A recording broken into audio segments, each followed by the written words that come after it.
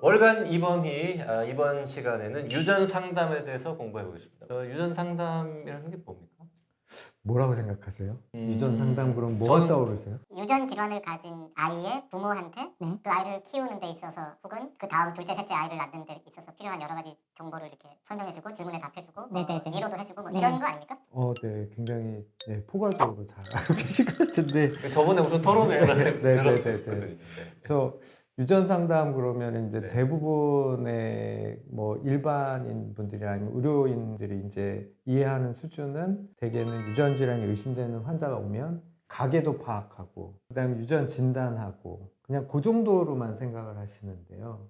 이제 사실 지금 말씀하신 것처럼 검사 전후에 관리해야 될 것들도 이렇게 다양하고 뭐 환자가 오면은 그 가계도를 파악해서 이 가계도 내에 우리가 의심되는 질환이 어떻게 분포하고 있는지 먼저 파악을 하고 그다음에 유전 검사를 의사가 오더가 내면 그 검사에 대해서 조금 더 설명을 해줘요. 그래서 뭐 이 검사가 양성으로 나올 경우, 음성으로 나올 경우, 그 다음에 또 어떤 것들이 있는지, 그 다음에 진단이 그 결과가 나와서 진단이 되었다. 그러면은 이 진단된 다음에 이 질환에 대한 설명을 의사도 하지만 유전 상담사가 또 하는 부분이 있고, 그 다음에 그런 과정에서 이 가게가 가지게 되는 그런 심리적인 그런 문제들이 많이 있잖아요. 그래서 그런 것들도 좀 아우를 수 있어야 되고, 그 다음에 질환이 있으면은 대개는 희귀 질환이니까 환자분들이 이런 희귀 질환을 가진 다른 가족들은 어떻게 지내는지 이런 거 되게 궁금해 하시거든요. 이 질환을 나는 공부하고 싶은데 어디서 자료를 찾아볼 수 있지? 그래서 이런 머터리얼들도 뭐 온라인 서치를 해주신다든지 아니면은 환자 자주 모임이 있으면 그런 거를 연결해주고 또 이제 그 의사 선생님들도 많이 모르는 것 중에 하나가 이런 희귀유전 질환이 진단되면 국가에서 이런 지원하는 프로그램들이 다양하게 있는데 그런 것도 알려주는 거. 그걸 신청해야 뭔가 혜택을 받을 그렇죠. 수 있으니까. 예, 그런 것도 알려주고 이 집 가족 내에 그럼 또 다른 환자들이 있을 수도 있잖아요. 아직 진단 안 되고 있는. 그렇죠. 네네. 그래서 그런 환자들을 또 파악해서 이런 분들은 빨리 검사하시는 게 좋겠습니다. 이런 것까지 해주는 굉장히 포괄적이고 어떻게 보면 고차원적인 의료 서비스죠. 그 모든 거를 선생님이 직접 할 수도 있을 것 같은데 그러려면은 한 2시간 걸리니까 못하죠. 그거를 이제 다른 전문가가 좀 대신 해주면 좋겠다. 이런 네. 거겠네요. 예. 유전 상담은 영어로는 뭐라 그래요? 제네틱 카운슬링. 카운슬링. 예. 유전 상담사 그러면 제네틱 카운슬러. 이렇게 얘기를 하죠. 유전 상담사라는 직종이 있군요. 그렇죠. 우리나라에도 있습니까? 우리나라에도 있습니다. 있는데 어떤 국가의 공식적인 의료인으로서 인정 못 받고 있고 지금은 이제 그 유관기관인 대한의학유전학회에서 일정의 이제 그 어떤 자격 조건들을 제시를 하고 있고 그다음에 시험도 봐요. 그렇게 해서 이제 대한의학유전학회에서 발급하는 그런 어떻게 보면 민간 자격증, 민간 자격증. 그 정도 수준이라고 볼 수 있습니다. 그 유전 상담이라는 게 우리나라에는 비용이 뭐 책정돼 있거나 이런 것도 그렇지도 아니잖아요. 않아요. 건강보험 수가 당연히 없고 네. 병원에서 비급여로 예를 들어서 받을 수는 있어요? 그것도 안 되죠. 그것도 안 돼요? 네. 그러면은 그 역할을 하는 사람은 자원봉사자가 아닌 다음에는 할 수가 없잖아요. 그렇죠. 돈을 아무도 예. 안 내니까. 저희 같은 경우는 그래서 유전 상담사분들을 교육하는 대학원 프로그램을 가지고 있어요. 5학기 프로그램을 저희가 운영을 하고 있는데 대부분은 간호사분들이에요. 5학기를 다녀야 된다고요? 대학원을? 네. 이 유전 상담사 민간 자격증을 따려면 네. 기본적으로? 네. 아니면 논문도 쓸 수도 있고. 그래요? 오, 네. 네, 근데 굉장히 어려운 자격증이네요. 네, 근데 간호사가 아니라도 그 대학원을 다닐 수는 있어요. 그래서 저희가 한 80~90%는 간호사분들이고 나머지는 이제 생명공학이나 이런 거 하신 분들. 근데 이제 이게 의학적인 내용이 기본적이다 좀 보니까 복잡하니까. 조금 어려우시긴 할 거예요. 근데 봐봐요. 5학기나 대학원을 다녀야 되는데 아까 좀 전에 그랬잖아요. 이 서비스는 아무도 지금 돈을 안 내는 받을 수가 없는 구조인데 그분들은 대학원을 왜 다니며 지금 현재 그러면 이런 상담 서비스는 행해지고 있는 장소가 없냐라는 거죠. 그러니까 저 같은 경우는 5분 이상 얘기하기가 힘들어요. 지금 너무 짧은 시간에 너무 많은 환자분들을 봐야 되다 보니까 그리고 이제 유전 진단이 되면은 저는 이 짧은 시간에 아무튼 효율적인 정보는 줘야 되니까 부모님한테 약간 일방적으로 이렇게 설명을 하게 되거든요. 그 부모님들은 유전 진단이 되면 거의 암 판정 받는 정도의 충격을 받으시는 것 같아요. 그거보다 더하면 더하지 덜하진 그쵸. 않을 것 같습니다. 그래서 제가 무슨 말을 해도 아무 기억도 안 나시거든요. 그러면 이제 그런 상황에서는 이제 이분들을 조금 안정하고 본인들이 하고 싶은 얘기를 좀 들어줘야 될 사람도 필요하고 그러면서 이제 이런 전문가적인 입장에서 필요한 의료 정보를 제공할 수 있는 역할을 해줘야 되거든요. 꼭 필요할 것 같긴 합니다. 그러니까 그런 필요성을 많이 느끼시니까 간호사님들도 이렇게 지원을 많이 하는 거예요. 이거는 아예 비용을 못 받는다면서요. 그러니까 아산병원에 유전 상담사가 일하는 사람이 있어요? 그분들은 그 월급 누가 줘요? 연구비로 드리고 있죠. 연구비로. 그래서 시범사업처럼 뭐 국가 뭐 용역 사업을 한다든지 이런 식으로 해서 이분들을 이제 하고 있는데 저희가 이분들이 이렇게 환자분들 상담을 했을 때 만족도는 굉장히 좋아요. 단순히 그런 유전 상담사가 일을 하는 게 아니라 이거는 팀으로 일을 하는 거거든요. 그러면 이제 제가 의사로서 있고 그 다음에 담당 간호사가 있고 유전 상담사가 있고 그러면은 이 크게 어떻게 보면 이 세 가지의 그런 전문 축이 이 환자의 그런 그 유전 질환에 대해서 상담을 하는 거예요. 그렇기 때문에 이건 굉장히 고차원적인 그런 의료 서비스이고 그래서 이미 뭐 선진국에서는 오래전부터 정착이 되었고 우리나라에서도 필요성을 많이 느끼고 있고 이게 필요성을 느끼는 사람들이 워낙 많다 보니까 지금은 뭐가 안 되더라도 나중에는 어떤 공식적인 의료 서비스 체계로 들어가지 않을까 이런 기대를 가지고 이제 우리가 하는 거죠. 지금 미국과 일본 자료를 저희가 보고 있는데요. 미국은 81년도에 이미 그렇죠. 저 자격증이 생겼고 일본도 2005년, 우리도 벌써 10년이 됐네요. 그렇죠. 네, 올해 데이터로는 아마 이제 여기서 한 20명 정도 더 늘었을 수는 있는데 그 정도. 네. 미국은 5,600, 일본도 300명이 넘는데 우리는 6, 70명 정도. 근데 이제 이분들은 다 이런 대학원 과정을 거치고 본인들이 이제 스스로 공부를 하신 거예요. 그리고 이제 그러니까 저희 미국이나 일본도 이걸 하려면 대학원을 나와야 되는 거예요. 미국 같은 경우는 대학도 따로 있어요. 아예 학부부터 네, 이걸 네. 전공해서 네. 우리는 지금 울산대 말고도 아주대, 건양대, 이화여대 네 군데 대학원에서 이거를 하고 있다. 솔직히 몇 명쯤 있으면 될 것 같아요?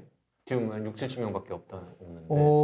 제가 우리 병원만 생각해도요. 지금 이제 저희 유전학센터에서 이제 유전 상담하는 분들이 최소한 한 2~3명은 있어야 될 거라 생각을 하고 이게 또 필요한 부분이 어디일 거라고 생각하세요? 굉장히 이런 유전 상담이 필요한 부분이 종양증후군, 가족성 종양증후군. 근데 대표적인 게 이제 불악화.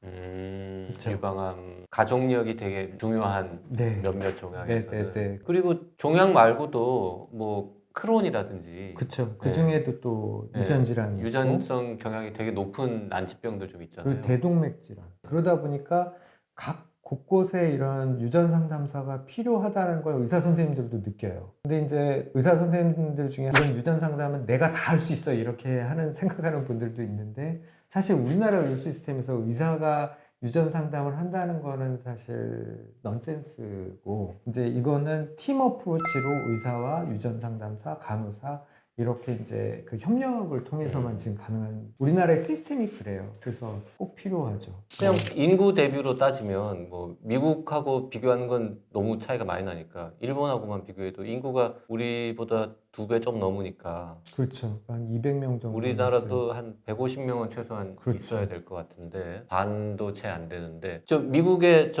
뭐 6,000명 가까운 사람이나 일본에 300명 넘는 사람들은 다 유전 상담사 일을 하면서 그렇죠. 생계가 유지가 되는 그렇죠. 분들일 거 아니에요. 그렇죠. 대부분은. 그렇죠. 그래서 이제 저희 병원 같은 경우는 이제 그 희귀질환 거점 병원으로 인정이 돼서 거기서 이제 정부 보조금이 나와요. 그러니까 아산병원 같이 정말 희귀질환 거점 병원이고 정부 보조금도 나오고 연구비도 풍부한 곳에서나 일부 극소수 유전 상담사가 존재하지 대한민국 대부분의 병원에는 저 어렵죠. 일을 하는 분이 없다는 얘기잖아요. 예, 6, 70명이 자격증을 땄을 뿐이지 실제로 저 일을 하는 사람은 극소수다라는. 극소수죠. 그냥 비급여로 받을 수 있게 해주면 안 돼요? 네, 그래서 저도 그게 굉장히 답답한데, 근데 이제 이게 결국에는 어떤 수가적인 그런 범위로 넘어가면 뭐 이거에 대한 전문성 이런 것들이 뭐 하나의 독립적인 뭐 직종이냐 뭐 이런 것들이 계속 문제가 제기되면서 계속 이게 인정이 안 되고 있는데, 사실 이거는 빨리 인정을 해서 이런 전문적인 유전 상담사 분들이 활동할 수 있는 그런 영역을 빨리 만들어주는 것이 중요합니다. 그럼 인정이 왜 안, 아니, 건강보험 재정에서 달라는 것도 아니고, 비급여로 해달라는 요청을 할 거 아닙니까?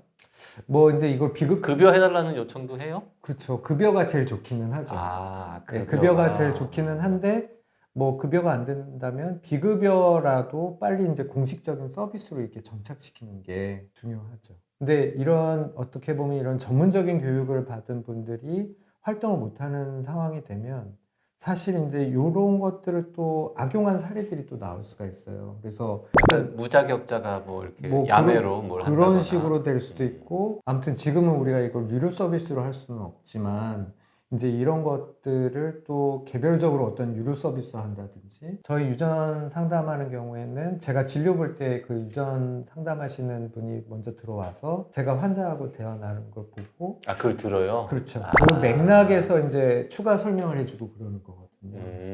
그러니까 이제 어떻게 보면은 이런 연계성, 일관성 진료하고 바로 연이어서 그렇죠. 연속적으로 일어나는 거군요. 예, 그래서 독립적인 공간으로 가서 상담을 해드리고 있죠. 그 외래에서 뭐 환자 여러 명 볼 텐데 하루에 그 음. 모든 사람이 대상은 아닐 거 아니에요. 대개는 지금은 진단이 돼서 진단 결과를 알려주는 분들.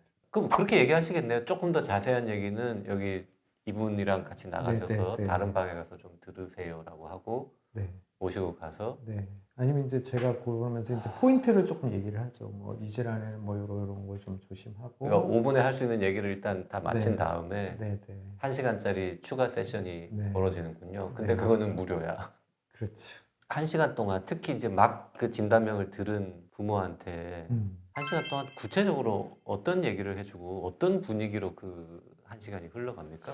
뭐 네, 저희 유전 상담 저희 학을 전문으로 이제 보시는 우리 교수님이 또 따로 계신데, 그분이 이제 조사했던 것 중에 이렇게 진단받은 환자분들이 어떤 얘기를 들어도 위로가 안 되는 거예요. 아, 그래도 뭐 때에 따라서는 제가 뭐 이런 경우도 있는데 뭐 아기는 이런 경우보다는 좀 더 나은 것 같아요. 뭐 다행히 뭐 이런 얘기를 해도 이런 건 전혀 위로가 안 되고, 일단은 이분들의 얘기를 들어주는 거로 시작이 돼야 되거든요. 일단 이분들은 자기들의 이 충격을 받은 상황에서 본인들의 어떤 그런 기분이나 본인들이 느끼는 그런 감정을 먼저 표출할 수 있는 것부터 시작이 되고, 그래서 들어주는 것도 잘 들어줘야 되고, 저희 유전 상담사 분들한테 강의를 할 때도 그 상담하는 세션 내에 본인들이 가지고 있는 목표가 있어야 되고, 그 목표를 달성할 수 있게끔 상담을 해야 이제 이게 성공적인 상담이라고 말씀드리거든요. 그냥 뭐 심리 상담으로 끝나서도 안 되는 거니까. 그 심리 상담으로 끝나서는 안 되지만 그 5학기 동안 공부하는 것 중에는 일반적인 그런 것도 카운셀링, 들어갔죠. 심리 상담에 대한 네. 이론도 다 배우겠네요. 그럼요. 예, 그래서 저희 뭐 정신과 교수님의 그런 강의도 있고, 네, 뭐 의학유전학에 대한 기초 강의도 있고, 그렇겠네요. 예, 그리고 이제 커뮤니케이션 스킬 이런 거에 대한 아, 강의도 그런 있고, 것도 있고. 논문 작성법 이런 것도 있고. 대학원이니까 논문 작성법은 당연히 있어야 될 거고. 네네. 그리고 당연히 이제 그 특정한 유전 질환에 대한 좀 과학적인, 그렇죠. 의학적인 내용도 공부를 더 하셔야 네. 될 거고. 환자가 질문하면 대답은 해줘야 되니까. 그렇죠. 네. 그래서 사실 이제 이분들이 뭐 이렇게 해서 자격증을 따지만 그 이후에 또 계속 배워야 되는 과정이 필요하거든요. 근데 참 특이한 게 보통 대학원은 석사 과정은 4학기인데 왜 이거는 5학기예요? 아, 저희가 5학기라는 거는 논문 없이 저기가 나와요. 예, 근데 석사학위가 나와서. 예, 근데 아. 그 학생들에 따라서는 그래도 저는 꼭 논문을 쓰겠어요. 이런 학생들이 있거든요. 네. 그럼 그분들은 이제 논문도 쓸 수 있습니다. 아, 논문을 쓰면 4학기로 줄여주는 건 아니고. 그런 건 아니고.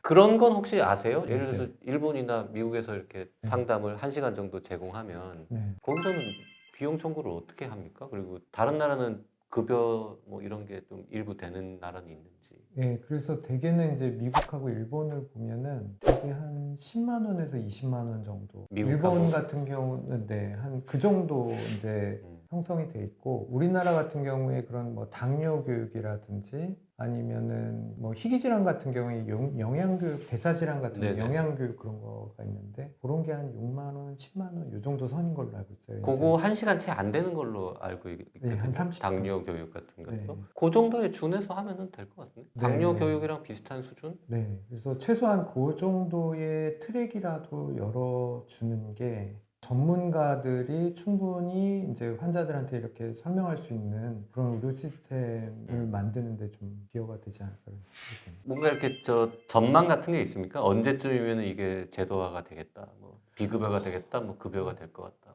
그러니까 제가 뭐 느끼는 바로는 한 2, 3년 전하고 비교해 보면 공감대는 굉장히 많이 형성은 됐어요. 예, 공감대는 많이 형성이 됐고 이거를 이제 정책 결정을 할 수 있는 분들하고의 커뮤니케이션이 굉장히 중요할 것 같아요. 그래서 이 필요성을 좀 더 절감을 하고 그거를 통해서 이 제도를 빨리 정착시키는 게 필요할 것 같고요. 근데 요거는 국회 입법 사항이 아닌 것 같은 생각이 드는데요. 법을 바꿔야 하는 건 아니지 않습니까? 그렇죠. 이거를 근데 뭐 이제 국가 자격증으로 가자는 것도 아니고 약간의 급여나 비급여 제도권으로 들어오는 거니까 그렇죠.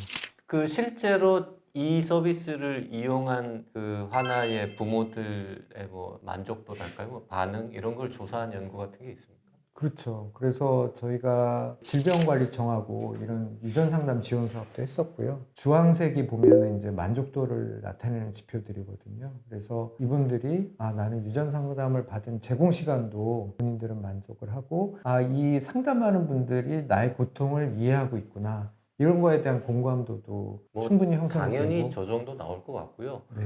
시간이 참 중요한 것 같아요. 그러게요. 네. 네, 충분한 시간을 갖고 이분들의 얘기를 들어주면서 뭔가 공감을 하면서 이제 정보를 제공하고 보통이거나 약간 동의하지 않음이라고 하신 오히려 한 뭐 5% 미만의 저분들이 오히려 약간 이해가 안 갈 정도의 심지어 비용도 안 냈는데 근데 그런 경우가 있잖아요. 왜 암선고 받으면 단계가 있잖아요. 그러면은 이제 유전 진단도 진단이 되면 부정하고 싶고 아니면 바로 막 분노가 일어나거나 제가 막 미워지는 그런 느낌도 받아요, 저는. 무슨 얘기를 해도 지금 뭔가 긍정적으로 그렇죠. 좋아요라고 체크할 수 없는 상태에 있는 분들도 있으니까. 그러니까 이게 프로젝션을 하는 거죠. 제가 희귀 질환에 대해서 요새 관심이 많아졌잖아요. 네. 그 월간 이범이 같이 하면서 네. 보건복지부나 공단이나 이런데 공무원들 만나면 여기 꼭 저도